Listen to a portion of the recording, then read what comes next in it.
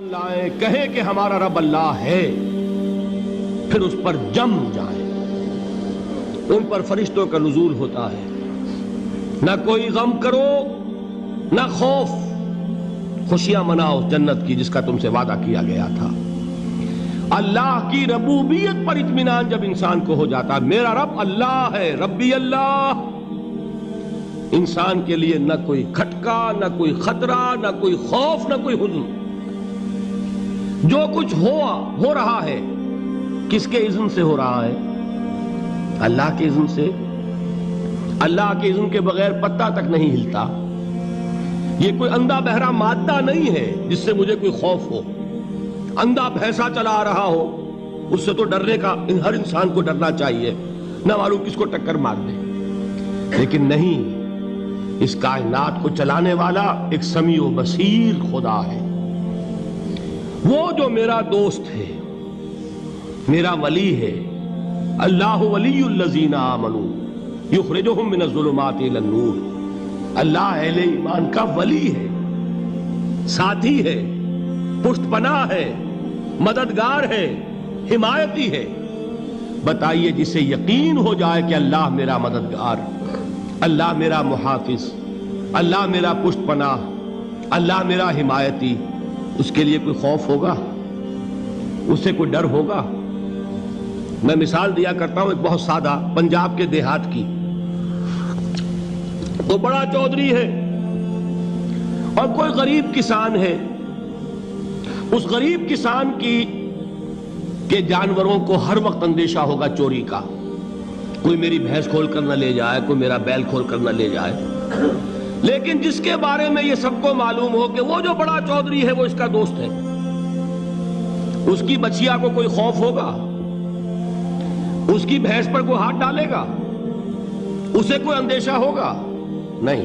کیوں؟ کہ وہ بڑا چودھری، بڑا اس کا یہاں کا سردار، جاگیردار، سب کو معلوم ہے وہ میرا دوست ہے، کوئی میرے خلاف اقدام نہیں کر سکتا۔ اس دنیا میں یہ چھوٹی سی بات اگر آپ کے دلی اطمینان اور سکون کا باعث بن سکتی ہے تو ذرا تصور کیجئے۔ میں لفظ تصور استعمال کروں گا صرف اس لیے کہ اس کا ہم جس کو کہتے ہیں ادراک اور شعور کر نہیں سکتے، اگر کے ساتھ کر سکتے۔ اگر یقین ہو کہ اللہ میرا مددگار اور یقین ہو کہ اللہ ہر آن میرے ساتھ ہے، پھر کوئی خوف؟ کس کا خوف؟ کوئی شے اللہ سے بالاتر ہے؟ کوئی قوت اس سے زیادہ طاقتور ہے؟ کوئی اس کے ارادے کو بدلنے والا ہے؟ کوئی اس کی مشیت کے آڑے آنے والا ہے؟ یہی بات ہے جو حضور نے فرمائی۔ یہ ایمان کا حاصل ہے لب لباب،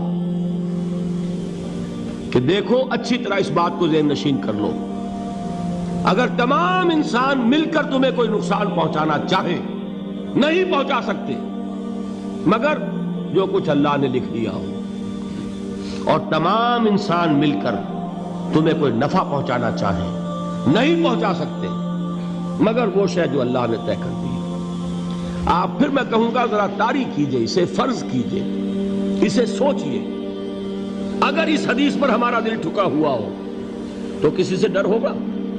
یہ مجھے نقصان نہ پہنچا دے، یہ میری رپورٹ خراب نہ کر دے، یہ میری انکریمنٹ نہ رکوا دے، یہ میرا یہ نہ بگاڑ دے، یہ میرے یہ نقصان نہ پہنچا دے۔ اس کا ڈر، اس کا ڈر، اس کا خوف، اس کی خوشامد، اس کے لیے جا کر طرح طرح سے اپنی عزت نفس کو ذلیل کروانا اس کے سامنے، یہ سب کچھ کیوں کرتا ہے انسان؟ جب سمجھتا ہے کہ اس کے ہاتھ میں میرا کوئی نفع ہے، اس کے ہاتھ میں میرے لیے کوئی ضرر ہے، یہ مجھے کوئی غضب پہنچا سکتا ہے، یہ مجھے کوئی نقصان پہنچا سکتا ہے، یہ میرا کوئی کام بنا سکتا ہے، یہ میری کوئی ضرورت پوری کر سکتا ہے، اسی کا نام شرک ہے۔ جہاں آپ نے یہ سمجھا کہ غیر اللہ کے اندر کوئی طاقت موجود ہے، وہی شرک ہے۔ بتوں سے تجھ کو امیدیں، خدا سے نومیدی، مجھے بتا تو صحیح اور کافری کیا ہے؟ شرک تو یہ ہے جس پر بھی تمہیں یہ خیال ہے، کلمہ ہے یہ کلمہ سوم، لا حول ولا قوت الا باللہ، ذرا اس پر دل کو کبھی اگر آپ تصور کریں، پھر فرض کریں، دل ٹھک جائے اس پر، کوئی طاقت نہیں۔ یہی بات تھی جو شیخ عبد القادر جیلانی رحمۃ اللہ علیہ نے اپنی وصیت میں اپنے بچے سے کہی. 11ویں دینے والے ہیں، لیکن حضرت شیخ عبد القادر جیلانی کی وصیت اور تعلیمات کو کتنے لوگ ہیں جو جانتے ہو؟ یہ جن مقامات تک پہنچے ہیں وہ کس چیز کی بدولت پہنچے ہیں؟ انہوں نے جو پیغام دیا وہ کیا تھا؟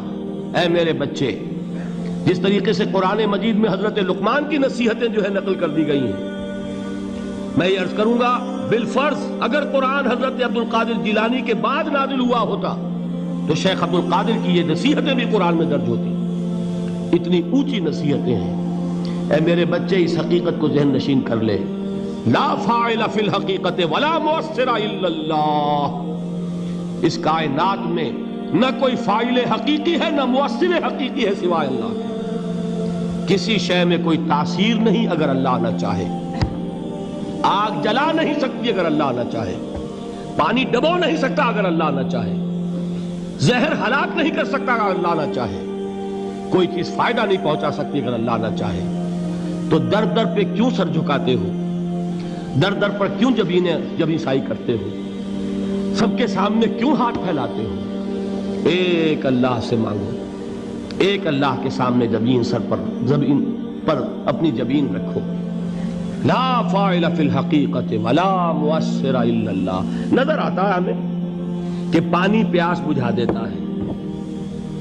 پیاس بجھانے کی صلاحیت پانی میں نہیں ہے، اللہ کے اذن سے. کھانا بھوک مٹا دیتا ہے، بھوک مٹانے کی صلاحیت کھانے میں نہیں ہے، اذن رب میں. دیکھیے یہی یقین تھا. حضرت موسیٰ علیہ السلام کا واقعہ یاد کیجئے.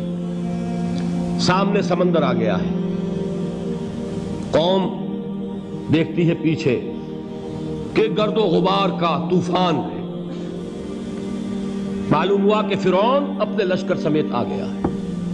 لشکر جب چلتا تھا تیز رفتاری کے ساتھ تو گرد و غبار کا جو طوفان اٹھتا تھا اس کا تصور کیجئے.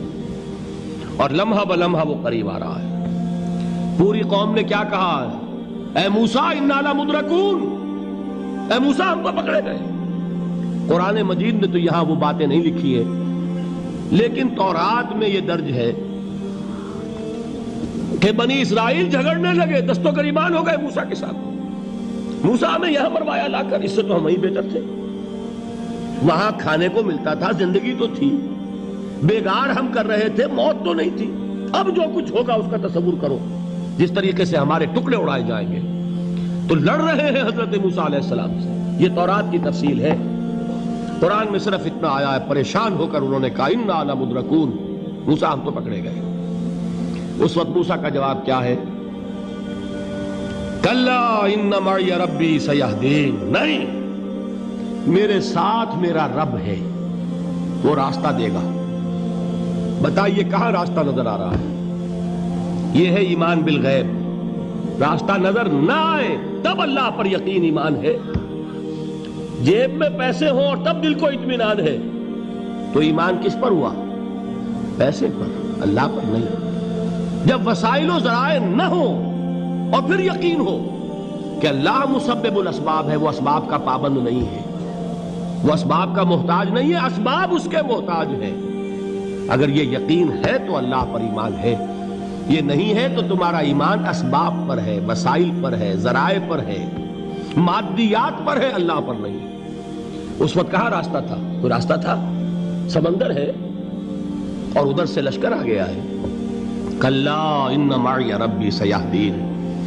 اب دیکھیے ایمان کہہ دینا آسان ہے، ہوا معکم اینما کنتم، جہاں کہیں بھی تم ہوتے ہو اللہ تمہارے ساتھ ہوتا ہے.